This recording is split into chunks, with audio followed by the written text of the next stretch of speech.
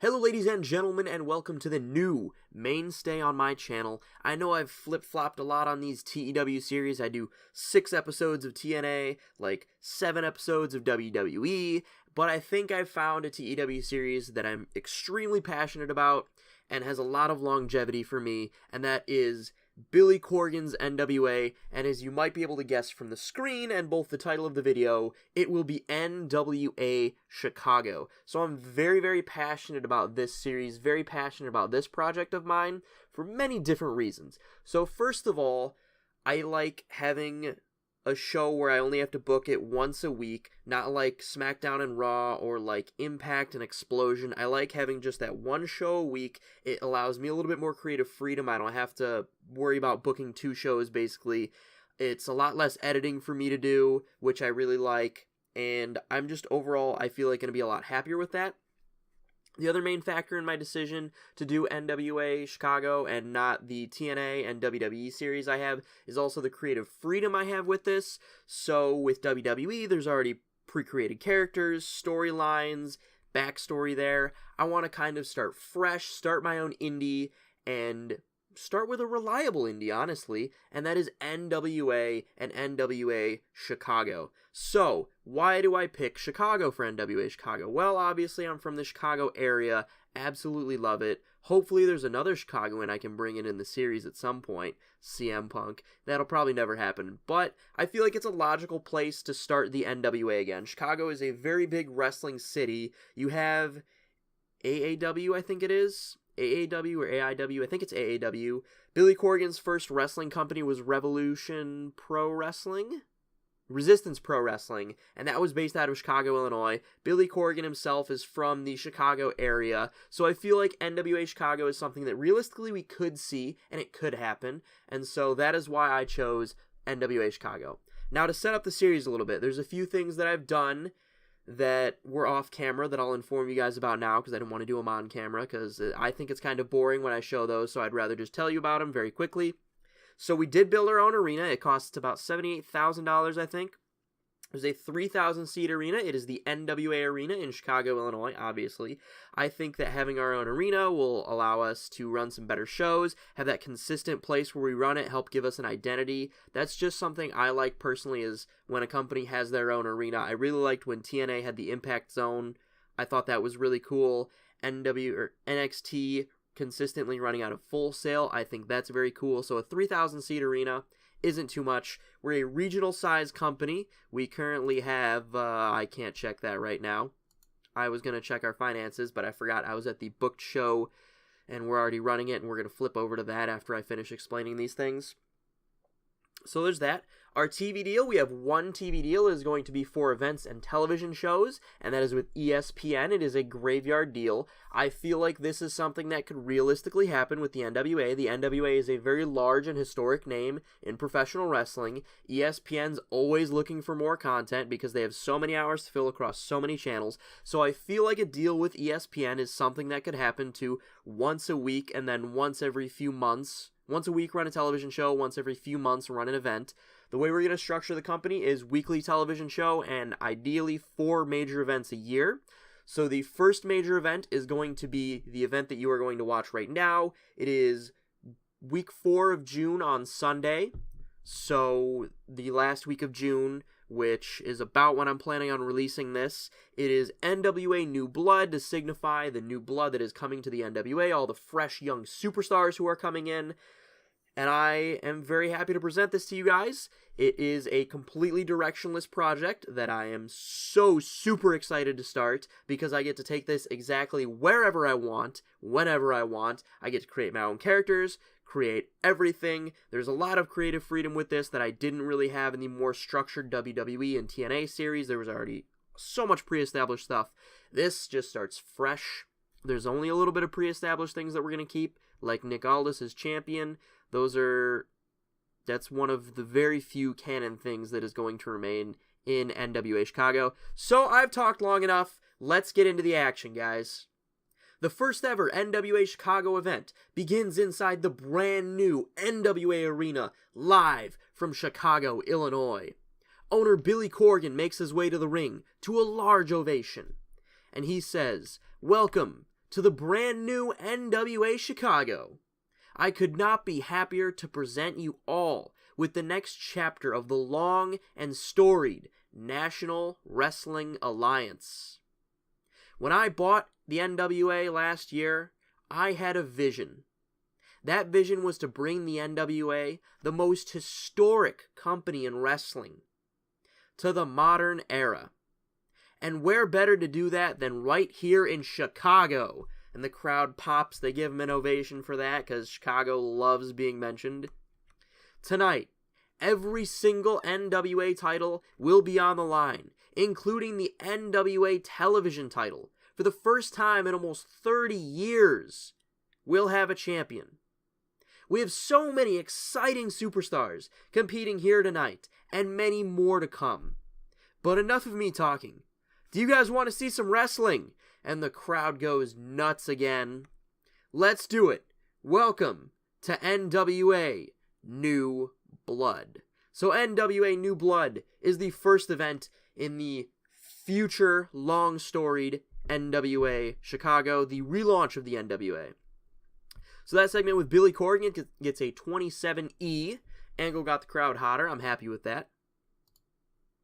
In a bout that had terrible wrestling and non-existent crowd heat, Flip Gordon defeated El Hijo del Rey Mysterio 1 in 8:56 by pinfall, 31E+. So Rey Mysterio got a 24, or El Hijo del Rey Mysterio got a 24. Flip Gordon got a 30. I'm decently happy with that. This was a high spots match because I need one for the product. I might show you guys the product after this episode. I think that sounds decent. In about that subpar wrestling and little heat, Kaylee Ray defeated Christina Von Eerie, Jazz, and Zaya Brookside in 17:45 when Kaylee Ray defeated Zaya Brookside by pinfall with a Swanton Bomb. Kaylee Ray wins the NWA Women's title, World Women's title. So it should have been Jazz that she pinned, so there was no doubt that she was the legitimate champion. Fuck that up. She pinned Zaya Brookside, but the result is still the same. Kaylee Ray carries the match in terms of in-ring performance, 33E+ for her. The flow was hurt because of some workers having little or no involvement. That was Jazz, because Jazz isn't too great. Match got the crowd hotter. Kaylee Ray got a 46. Christina Von Eerie got a 35. Jazz had an in-ring performance of 11 with limited involvement, and Zaya Brookside got a 25. So we put the title on Kaylee Ray, who just absolutely had a great match there. She is the new NWA World Women's Champion. Kaylee Ray is handed the NWA World Women's Championship. As her hand is raised, she has tears in her eyes as the fans cheer her. She's attacked from behind by Tenille Dashwood, though. Dashwood beats her down. She takes the title, and Tenille raises the title above her own head. And then she takes a microphone, and she says, "You're all about to learn real quick that this is my championship. This is my company. You're all going to learn that NWA Chicago is all about me." So Tenille Dashwood makes her debut in NWA Chicago by beating down the new women's champion, Kaylee Ray. What a debut for Tenille. Absolutely happy. I'm so happy WWE gave her up. I loved Tenille Dashwood, or Emma in the WWE, and I think she's going to be a great mainstay for our women's division, as her and Kaylee Ray appear to have ignited a rivalry.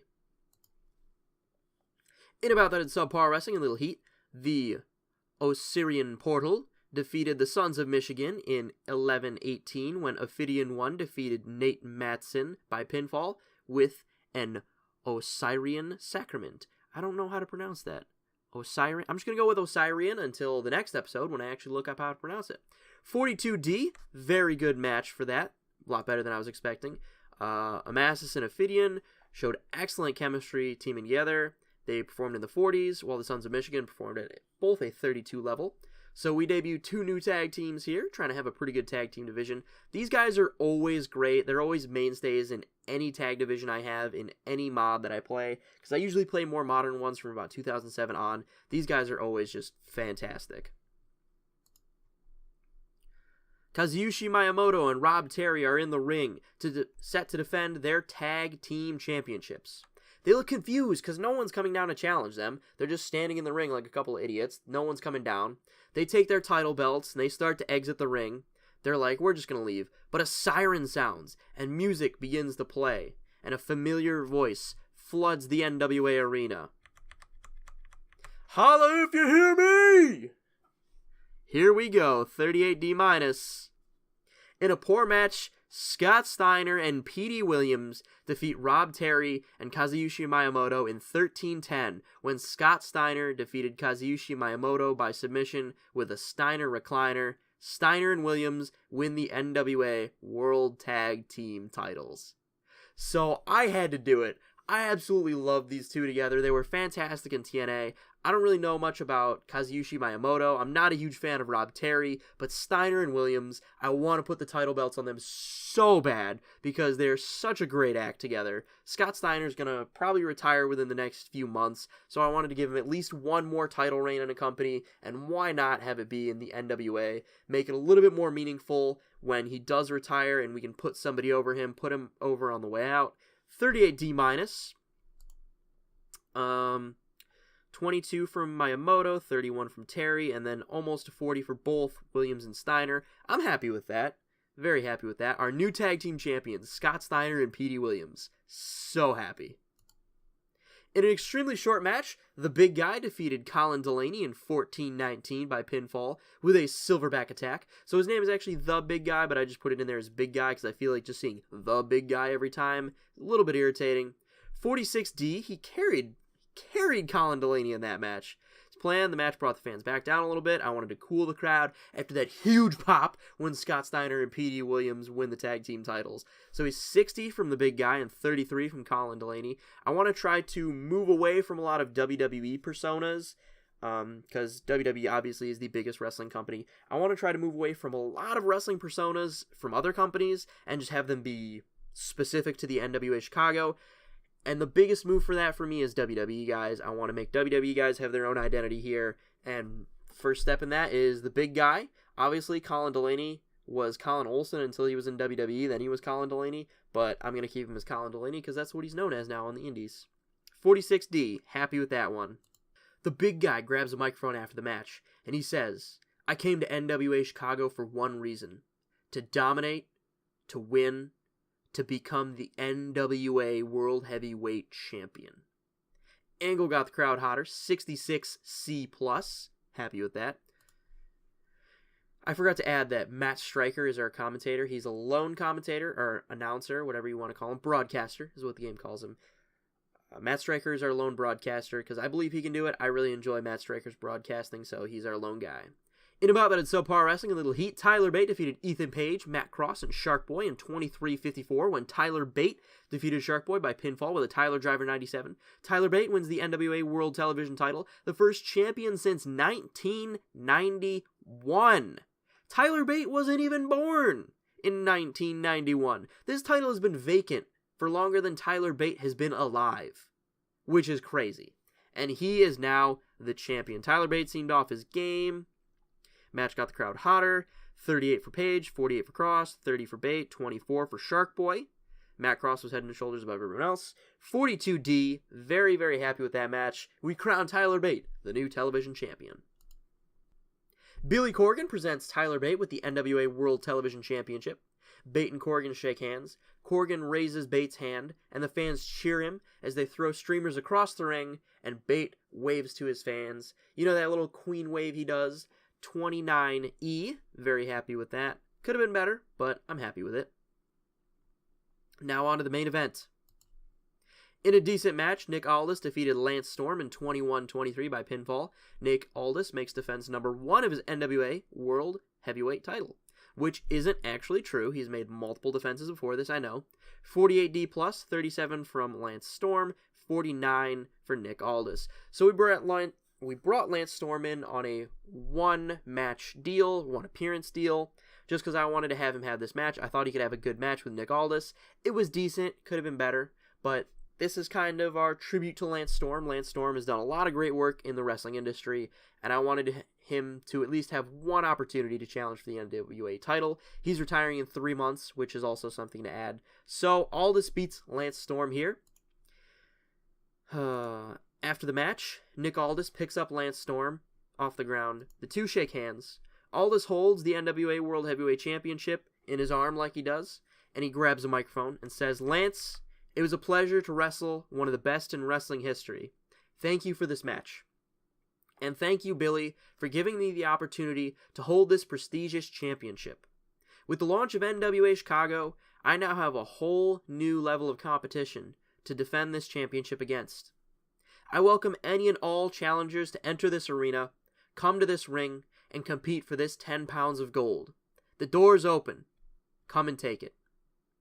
51D plus for Nick Aldis as he ends the show with this promo welcoming any and all challengers to come to NWA Chicago and challenge for his NWA World Heavyweight Championship. Overall, the show got a 48D plus. I'm very happy with that, especially for our first ever show. I think that's fantastic. Kazushi Miyamoto was used too much. The show increased our popularity in 18 regions. I'm very, very happy with that. I'm going to make this speech really quick, and then I will bring you guys to the post-show screen, and then show you guys a couple other goodies, as this is going to be a very long episode 1. Alright, so NWA Chicago's first show back on the air, NWA New Blood, had 2,581 fans in the NWA Arena in the Great Lakes region, so Chicago, Illinois. On TV, it got a .02, which was 19,920 viewers on ESPN in the Graveyard Shift, which I'm very happy with. I think that's very great. Once again, I get a 48D+, so now I'm going to show you some extra goodies. Alright, so NWA Chicago is a regional size company. This is our importance right now. Let's show just pure popularity. This is our pure popularity in the world. We have a 35 in the Great Lakes and a 30 in the Mid-South. I did up the Mid-South a little bit because I feel like NWA is such a well-known name in the Mid-South that we would have at least some popularity in the Mid-South even if we're not performing shows there. So Mid-South and Great Lakes is very popular in both regions. I think that's very fair to say, and I feel like we might be able to hit Cult fairly soon. I don't know, could happen.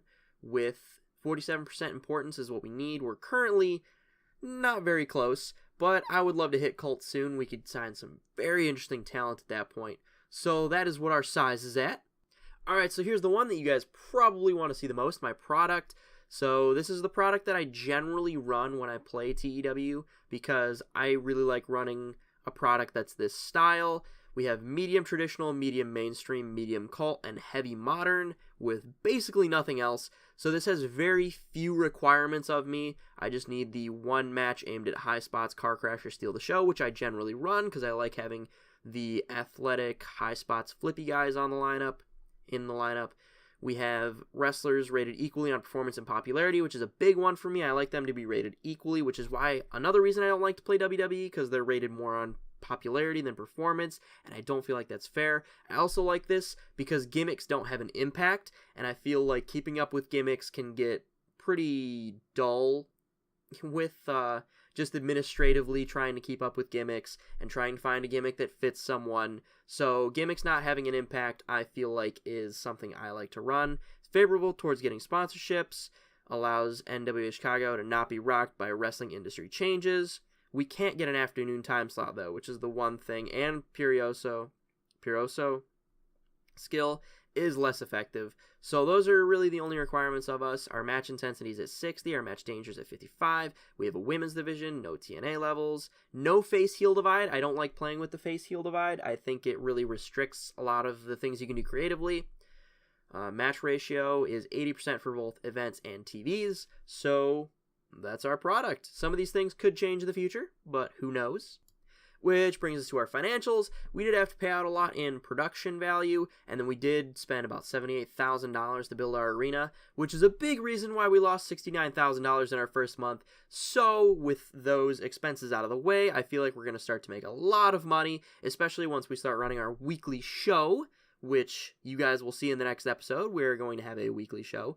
And so I want to thank you guys for watching this. Thank you guys for putting up with me starting 3 different series before I found the one that I wanted to do. This is definitely the one I want to do. I look forward to doing this for you guys so much. I have so many ideas. This is going to be a lot of fun, and I can't wait for you guys to see what I'm going to do. Thank you guys for watching. Thanks for the support. If you did enjoy, please leave a like rating. Comment down below letting me know some things you guys might want me to do in the future, some lesser known names that you guys might want me to bring in. I'm trying to limit myself on the amount of big names that I actually do bring in, because obviously right off the bat you want to bring in guys like Kenny Omega, the Young Bucks, all these big names in the indie scene, but I'm trying not to do that. I'm trying to be somewhat reserved with the amount of big names that I sign and try and make some of my own stars, which, you know, guys like Tyler Bate are semi-big names, but they're not household wrestling industry names. They're not the Kenny Omegas, they're not the Young Bucks, they're not the Marty Scurlls that you're going to hear about.